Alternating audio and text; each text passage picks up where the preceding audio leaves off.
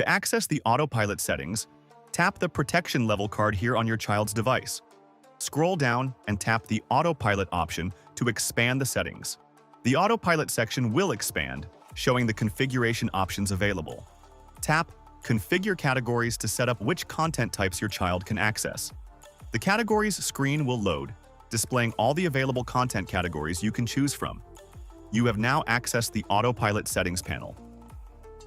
Let's go to next step, which is to select and save your approved categories.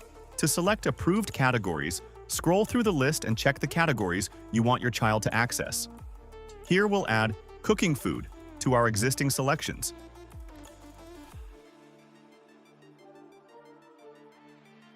Continue scrolling to review all available category options.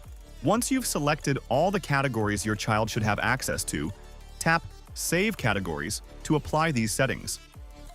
Let's go to next step, which is to test a video from an approved category to confirm the filter is working correctly. To test an approved category, tap on this sports video.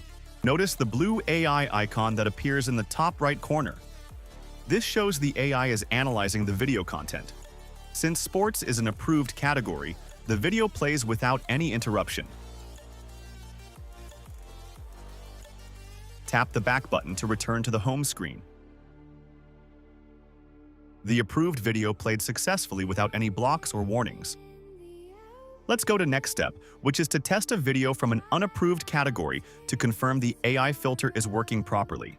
To test a video from an unapproved category, scroll through the video thumbnails to find a suitable test video.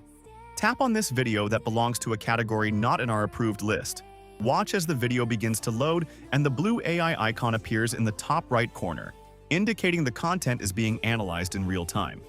The AI autopilot successfully blocks the video with this pop-up message, preventing access to content that doesn't match your approved categories.